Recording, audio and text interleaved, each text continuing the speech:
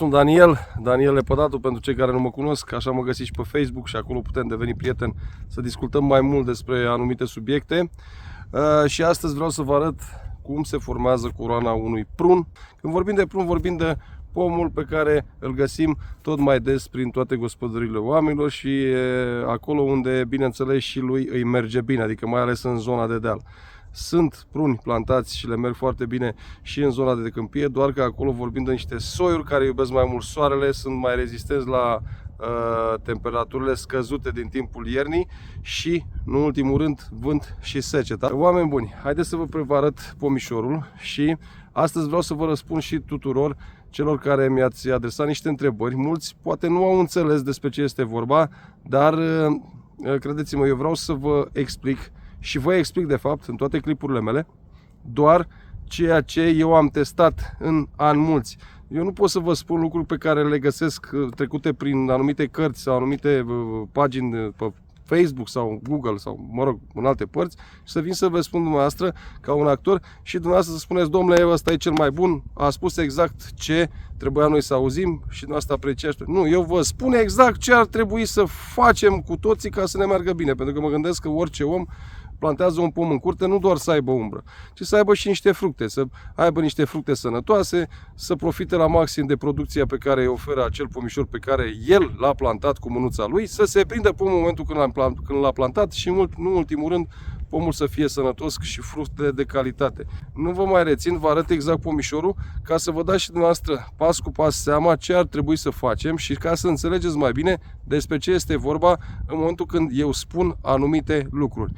Nu îndemn pe nimeni să facă exact cum fac eu, este la decizia fiecăruia și aceste clipuri pe care le fac și le postez de fapt pentru publicul meu pe care îl am și de-a lungul timpului mi-am dat seama că este un public care oricând, la orice oră, dacă intri în grădina lui, în livada lui sau eu știu, în gospodăria lui, sunt niște oameni gospodari și au lucruri la fel ca și mine sau de ce nu lucruri mult mai importante, ca să nu par eu aici, nu știu, cineva. Nu, sunt un om simplu, un om care muncesc la țară la fel ca și dumneavoastră, un om care îmi place tot ce e verde, iubesc natura, iubesc pomii și, nu în ultimul rând, iubesc munca. Deci, haideți să vă arăt pomișorul și să stăm de vorbă despre aceste probleme care vi le aminteam puțin mai devreme. Haideți! Cam așa a venit pomul din pepinier, așa l-am plantat. Este un pom din specia prun, soiul centenar, un pom destul de răspândit prin toate livezile pe care le vedem mai zi cu zi, din ce în ce mai multe și e un lucru foarte bun că observăm activitate la noi în România. Deci acest pom îl vedem tot mai des pentru că ne oferă niște fructe care au o întrebuințare mult mai largă decât valorificarea lor și procesare în țuică sau pălincă. Deci, acesta este un prun centenar. Nu am luat ruleta, dar vă asigur că de aici de jos, de la bază, de la punctul de altoire, care este undeva aici acoperit în această perioadă, pentru că mai sunt înghețuri și vă dați seama, el poate să sufere, dar în primăvară trage în tot roată și punctul de altoire rămâne razant, chiar cu 2-3 centimetri, dacă e, nu știu, 1-2 cm de ajuns deasupra solului. Și undeva până aici sunt cam maxim 60 de centimetri. Deci prima șarpantă, să o numim, este la 60 de centimetri.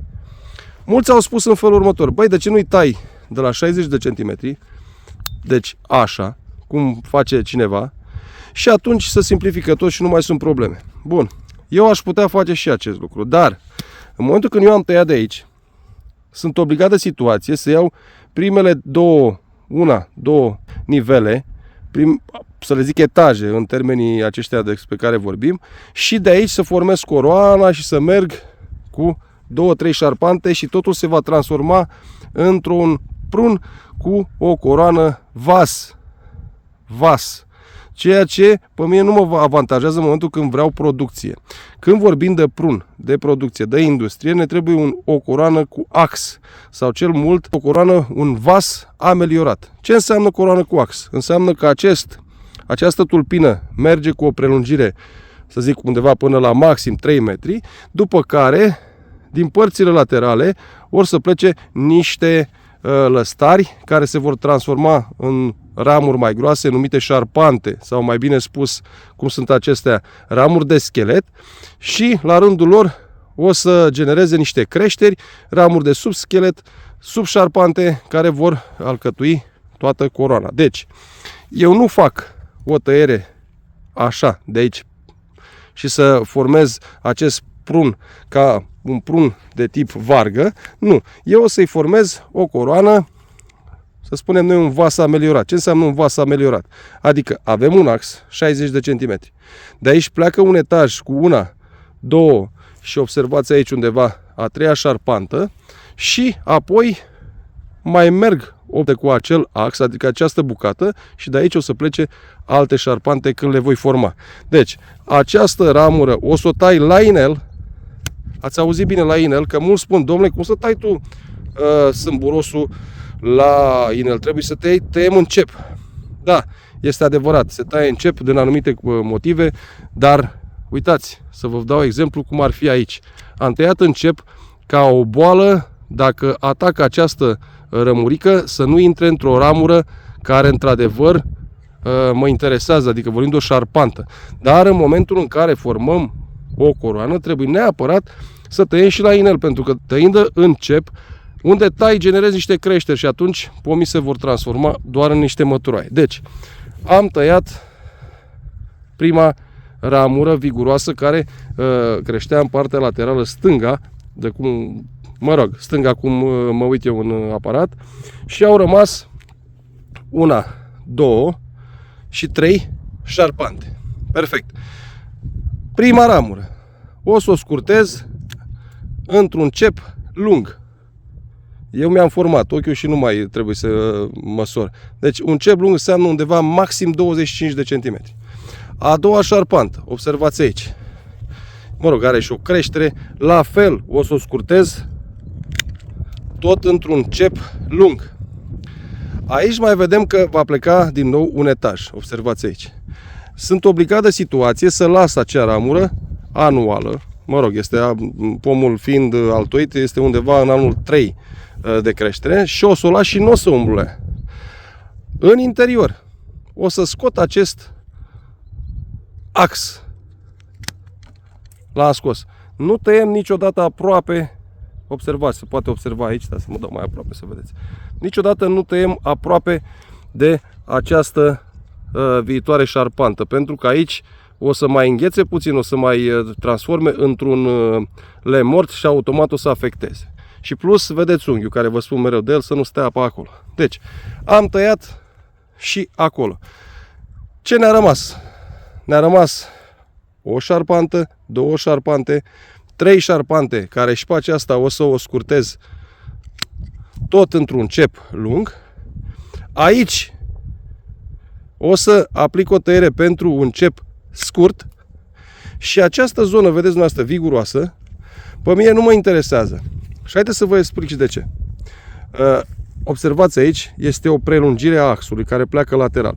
Niciodată, niciodată căutați acest lucru să-l faceți mai mereu. Nu știu cine vi-l spune, dar mă rog, sunt mici secrete ale noastre, celor care mai și curățăm, nu doar vorbim. Deci, vedeți, aceasta, grosimea ei, este aproximativ egală cu acest ax care vine de jos. Toate ramurile care pleacă din ax și sunt mai viguroase decât axul, nu trebuie să le lăsăm. De ce? Pentru că această ramură este o ramură concurentă și cu timpul se va transforma într-o ramură care va slăbi acest loc. Așa că eu o să o scurtez la un cep lung și o să văd ce se va întâmpla pe viitor. Haideți să vă arăt acum cum arată acest pom. Observați. Deci de aici și de aici. Deci aceasta este o coroană preformată. Știu că cineva va zice: bă, dar ce ai lăsat tu acolo? Mai înțelegi ceva din ce ai lăsat? Oameni buni, eu vă arăt exact cum fac eu. Vă pot arăta N lucruri pe care le-am făcut în timp, dar nu vreau să demonstrez la nimeni nimic. Fiecare face cum dorește, dar ca să ai un pom, ca să-ți rodească, să se prindă și să se dezvolte corect, trebuie să-l iei pas cu pas de la început și să-l îngrijești și să-i acorzi atenția necesară și să-i faci decât atât ce trebuie. Îl vedeți, 60 de centimetri, 70, 90, un metru, cum spuneau alții, nu, sunt 60 de centimetri, 60, să zicem un 62, 65, păcat că n-am ruleta, și total undeva la 80. Și de aici o să plece coroana, vedem ce o să dea din aceste ramuri pe care eu le-am format și în timp la unele mai renunțăm, unele le lăsăm și ne formăm absolut pomul cum dorim noi. Ce să vă zic, decât spor să aveți și dacă vreți să procedați cum au mai văzut la alții, să tăiați și să lăsați vargă, lăsați-l. Nu e niciun fel de problemă, o să aveți creștere și o să faceți o coroană frumoasă la pomișorul, dacă se prinde, bineînțeles. Dar e păcat că doar așa câștigați un minim de 2 ani dacă îl lăsați cu o coroană preformată la plantare. Deci un 2 ani. Vreți să-l dați pe rod mai devreme, îi faceți o tăiere în verde și atunci vă asigur că după plantare la 2-3 ani deja o să mâncați fructe. În primul an indicat, chiar și al doilea, mai ales în cazul pomilor care fac fructe mari, să nu lăsați foarte multe fructe pentru că slăbiți posibilitatea de prindere și rădăcinare exact cum ar trebui să fie la orice pom, adică o rădăcinare puternică. Doamne ajută și să ne revedem cu bine, sănătoși. Numai bine!